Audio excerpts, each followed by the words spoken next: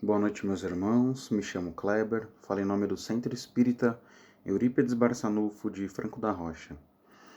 Hoje nós vamos gravar o primeiro vídeo do ano. Aqui, o meu primeiro vídeo, nossos irmãos já gravaram esse ano. E eu trouxe para vocês o Espírito de Castelnaudary. É do livro O Céu e o Inferno, uma das 5 obras da codificação do Espiritismo, tá bom? Antes, gostaria de convidá-los para a nossa prece de abertura, tá bom? Vamos lá.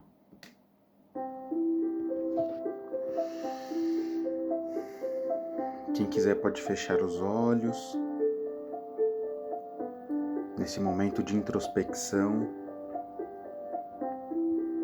vamos fazer a nossa prece de abertura, orando a Deus. Vamos nos concentrando, relaxando. Vamos elevar os nossos pensamentos até Deus, nosso Pai, e vamos dizer-lhe: Pai amado, que nos destes a vida como presente, do qual devemos usufruir com sabedoria, e nos dedicarmos principalmente às obras do bem, visando o nosso aprimoramento espiritual.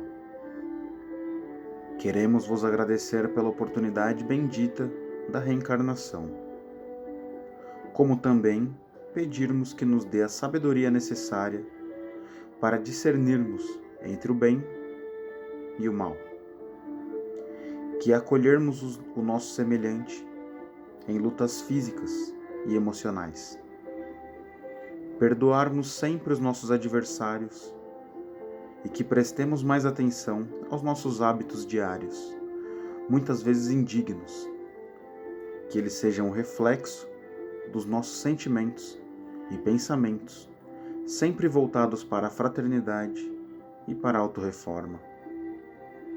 Que o Pai nos abençoe nesta noite de luz e de paz, acalmando os nossos corações doloridos e nos proporcionando o apaziguamento de tantos conflitos em nós. Que Jesus, o nosso guia e modelo de vida, seja sempre o espelho luminoso, onde reflitam o amor, a fraternidade e a paz, onde serão o guia para a nossa vida. Agradecemos também a equipe espiritual da casa onde trabalhamos, na figura do seu patrono, Eurípides de Barçanufo. Agradeço também a Mãe Genoveva, abraçando todos os aflitos que lá chegam, oferecendo o alívio necessário para as suas dores e os seus problemas. Que a paz do Mestre desponte em nossos corações e permaneça sempre conosco. Que assim seja.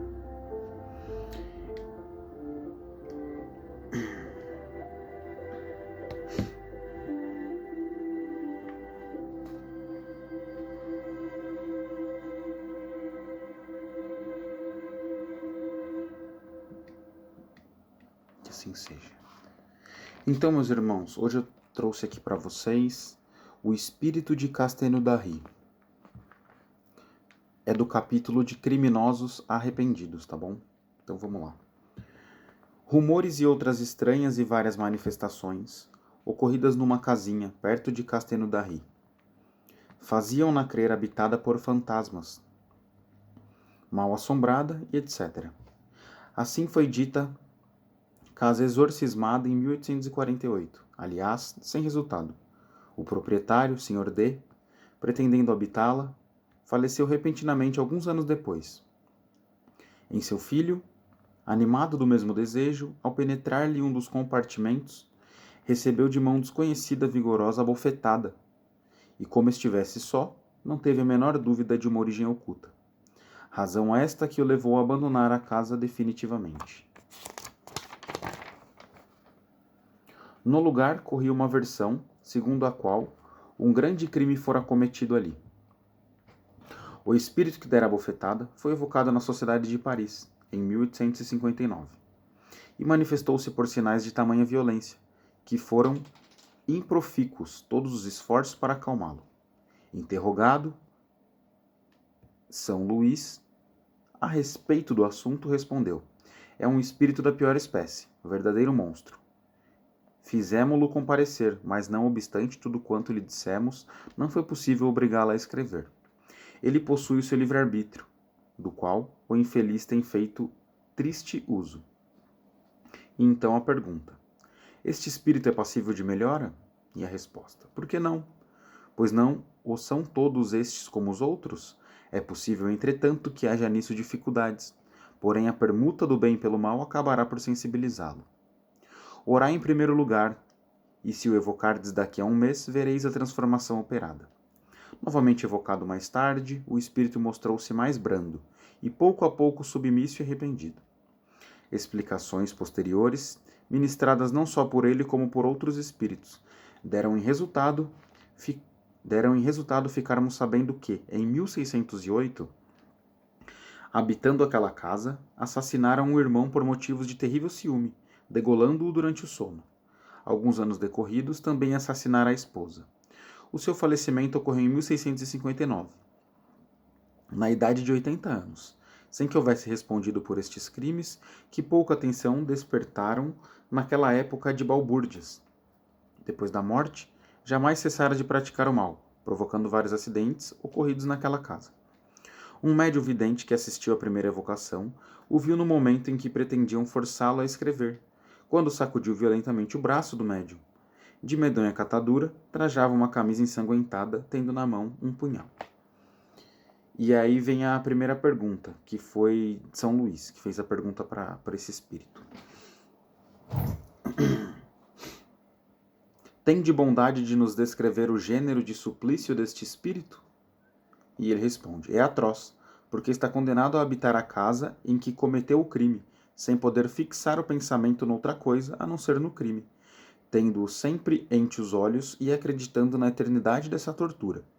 Está como no momento do próprio crime, porque qualquer outra recordação lhe foi retirada e interditada toda comunicação com qualquer outro espírito.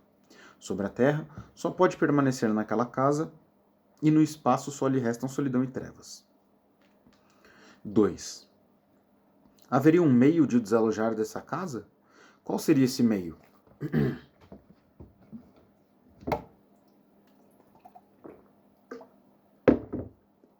E vem a resposta. Quando alguém quer ficar livre de obsessões de semelhantes espíritos, o meio é fácil, orar por eles. Contudo, é precisamente isso que se deixa de fazer muitas vezes. Prefere-se intimidá-los com exorcismos, que, aliás, muito os divertem. 3. Insinuando às pessoas interessadas essa ideia de orar por ele, fazendo-o também nos conseguiríamos desalojá-lo? E a resposta sim, mas reparai que eu disse para orar, e não para mandar orar. E pergunta: estando em tal situação, há 2 séculos, apreciará ele todo esse tempo como se for encarnado, isto é, o tempo parecer-lhe-á tanto ou menos longo do que quando na terra? E São Luís responde: mais longo, o sono não existe para ele.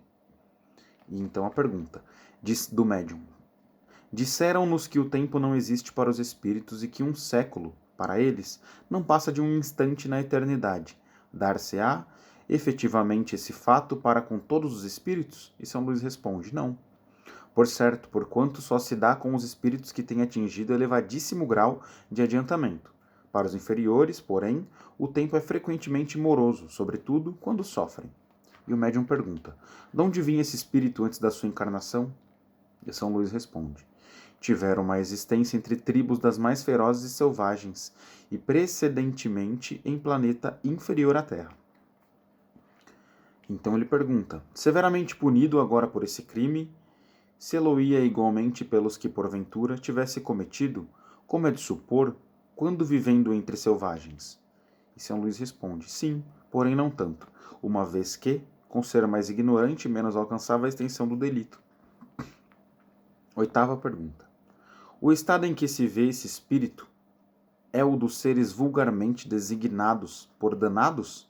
E a resposta: não. Em absoluto, pois há condições ainda mais horrorosas.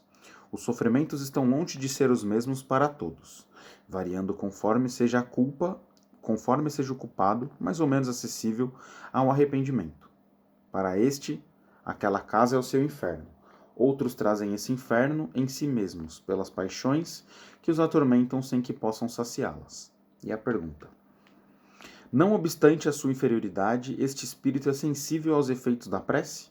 O que também temos verificado com espíritos da mesma forma, perversos e da mais ínfima natureza, entretanto, espíritos aqui, esclarecidos de inteligência mais desenvolvida, demonstram completa ausência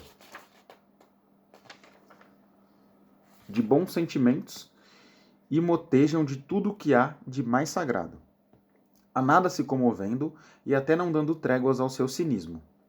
E a resposta de São Luís: a prece só aproveita ao espírito que se arrepende, para aqueles que cheios de orgulho se revoltam contra Deus e que persistem no erro, exagerando o mesmo, tal como procedem os infelizes. Para eles, a prece nada adianta, nem adiantará senão quando tênue vislumbre de arrependimento começar a germinar-lhes na consciência.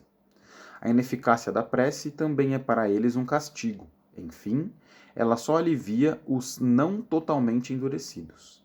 E a 10ª pergunta: vendo-se um espírito insensível à ação da prece, será motivo para que se deixe de orar por ele? E São Luís responde: não, porquanto, cedo ou tarde, a prece poderá triunfar do seu endurecimento e sugerir-lhe benéficos pensamentos. O mesmo acontece com determinados doentes, nos quais a ação medicamentosa só se torna sensível depois de muito tempo, e vice-versa. Compenetrando-nos bem de que todos os espíritos são capazes de progresso e que nenhum é fatal e eternamente condenado, fácil nos será compreender a eficácia da prece em qualquer circunstâncias. Por mais ineficaz que ela possa parecer-nos, à primeira vista, a verdade é que contém germes em si mesma, bastante benéficos para bem predisporem o espírito, quando não afetem imediatamente. Erro seria, pois, desanimarmos por não colher dela imediato resultado. E a 11ª pergunta: quando esse espírito for reencarnar, qual será a sua categoria? E a resposta de São Luís: depende dele e do arrependimento que então tiver. Muitos colóquios com esse espírito deram em resultado notável transformação do seu moral. Eis aqui algumas das respostas dele. 12. Ao espírito: por que não pudestes escrever da primeira vez que vos evocamos? Foi perguntado ao espírito, né? E ele responde: porque não queria. Mas por quê? Ignorância e embrutecimento. Outra pergunta. Agora podeis deixar, quando vos apraz, a casa de Castenodari? E a resposta: permitem-me isso, porque aproveito os vossos conselhos. Sentis algum alívio? Começo a ter esperança. E outra pergunta: se não fosse possível ver-vos, qual a vossa aparência? Se nos fosse possível ver-vos, qual a vossa aparência? E o espírito responde: ver-me-eis com a camisa, mas sem o punhal. E a pergunta: por que não mais com o punhal? Que sumiço lhe destes? E a resposta: amaldiçoando-o, Deus arrebatou-mo das vistas. E a 15ª pergunta: se o filho do senhor D, o da bofetada, tornasse àquela casa, que lhe faríeis? E o espírito responde: nada, porque estou arrependido. E a pergunta: e se ele pretendesse ainda desafiar-vos? E o espírito responde: não me façais essa pergunta, eu não me dominaria. Isso está acima das minhas forças, pois sou um miserável. E a 16ª pergunta: vislumbrais um termo aos vossos padecimentos? E o espírito responde: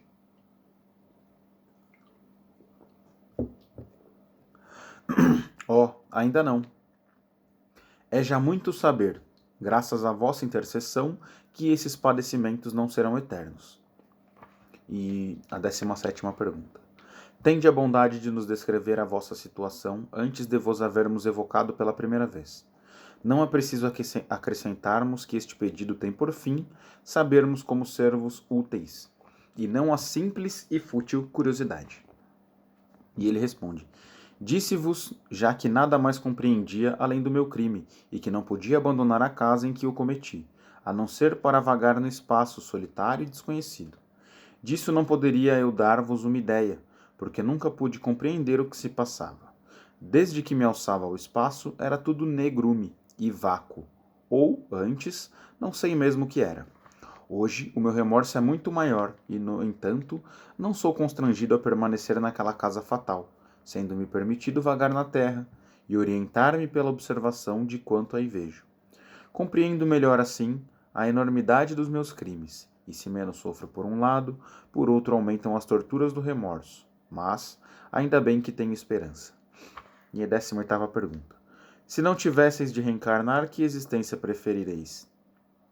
Se tivesseis de reencarnar, que existência preferireis? E ele responde, não tenho meditado suficientemente acerca disso. 19ª pergunta. Durante o vosso longo isolamento, quase podemos dizer cativeiro, experimentaste algum remorso? E ele responde, nenhum, e por isso sofri tão longamente. Somente quando senti foi que ele provocou, sem que disso me percebesse, as circunstâncias determinadas da vossa evocação ao meu espírito, para início da libertação. Obrigado, pois a vós, que de mim, vos apiedastes e me esclarecestes. Realmente temos visto os ávaros sofrerem à vista do ouro, que para eles não passava de verdadeira quimera, orgulhosos, atormentados pelo ciúme das honrarias prestadas a outros, e não a eles. Homens que dominavam na terra, humilhados pela potência invisível, constrangidos à obediência, em presença de subordinados que não mais lhes faziam curvaturas. Ateus atônitos pela dúvida em face da imensidade, no mais absoluto insolamento, sem um ser que os esclarecesse. No mundo dos espíritos há recompensas para todas as virtudes, mas também penalidades para todas as faltas. Destas, aquelas que escaparam às leis dos homens são infalivelmente alcançadas pelas leis de Deus. Devemos ainda notar que as mesmas faltas, conquanto cometidas em circunstâncias idênticas, são diversamente punidas, conforme o grau de adiantamento do espírito delinquente. Aos espíritos mais atrasados, de natureza mais grosseira, como aquele de que acabamos de nos ocupar, são infligidos castigos de algum modo mais material que morais, ao passo que o contrário se dá para com aqueles cuja inteligência e sensibilidade estejam mais desenvolvidas. Aos primeiros impõe-se o castigo adequado à rudeza do seu discernimento, para compreenderem o erro e dele se libertarem. Assim é que a vergonha, por exemplo, causando pouca ou nenhuma impressão para estes, torna-se àqueles intolerável. No Divino Código Penal, a sabedoria, a bondade, a providência de Deus para com as suas criaturas revelam-se até nas mínimas particularidades, sendo tudo proporcionado e disposto com admirável solicitude para facilitar ao culpado os meios de reabilitação. As mínimas aspirações são consideradas e recolhidas. Pelos dogmas das penas eternas, ao contrário, são no inferno confundidos os grandes e pequenos criminosos, ocupados de momentos e os reincidentes, contumazes, os endurecidos e os arrependidos. Além disso, nenhuma tábua de salvação lhes é oferecida. A falta momentânea pode acarretar uma condenação eterna, e o que mais é, qualquer benefício que porventura hajam feito de nada lhes valerá. De que lado, pois, estará a verdadeira justiça, a verdadeira bondade? Esta evocação nada tem de fortuita, e como deveria aproveitar a esse infeliz, visto que ele já começava a compreender a enormidade do seu crime. Os espíritos guias julgaram oportuno esse socorro eficaz e facilitaram-lhe as circunstâncias propícias. É este um fato que temos visto produzir-se frequentemente. Perguntar-se-á o que seria desse espírito se não fosse evocado, o que será de todos os sofredores que o não podem ser, bem como daqueles em quem ninguém pensa. Poderíamos redarguir que os meios de que Deus dispõe para salvar as criaturas são inumeráveis, sendo a evocação um dentre esses meios, porém, não único certamente. Deus não deixa ninguém esquecido. Além de que nos espíritos suscetíveis de arrependimento, as preces coletivas devem exercer alguma influência. O destino dos espíritos sofredores não poderia ser por Deus subordinado à boa vontade e aos conhecimentos humanos. Desde que os homens puderam estabelecer relações regulares com o mundo invisível, uma das primeiras consequências do Espiritismo foi o ensino dos serviços que, por meio dessas relações, podem prestar aos seus irmãos desencarnados.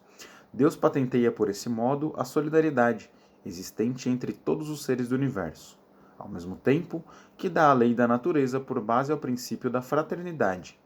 Deus demonstra-nos a feição verdadeira, útil e séria das evocações, até então desviadas da sua finalidade providencial, pela ignorância e pela superstição. Nunca faltaram socorros aos sofredores, em qualquer época, e se evocações lhes proporcionam uma nova via de salvação, aproveitam ainda mais, talvez aos encarnados, por lhes proporcionar novos meios de fazer o benefício, e instruir-se ao mesmo tempo acerca das condições da vida futura. Então, meus irmãos, essa foi a leitura de hoje, uma leitura um pouco longa, mas bem edificante, né, como todas as outras. Gostaria de agradecer quem ficou aqui até esse momento e convidá-los para a nossa prece de encerramento.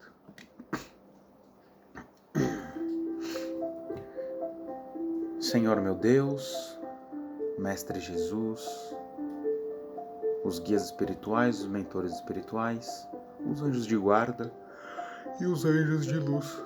Gostaria de agradecê-los pela oportunidade de poder estar aqui mais um dia, podendo aprender e ensinar com esta obra tão magnífica e edificante que nos foi concedida pela espiritualidade, a fim de elevarmos o nosso ser, o nosso autoconhecimento e continuarmos caminhando na seara do nosso Mestre Jesus, a fim de ajudar todos os companheiros no caminho, sejam eles passando por males físicos, espirituais, mentais, atrapalhações.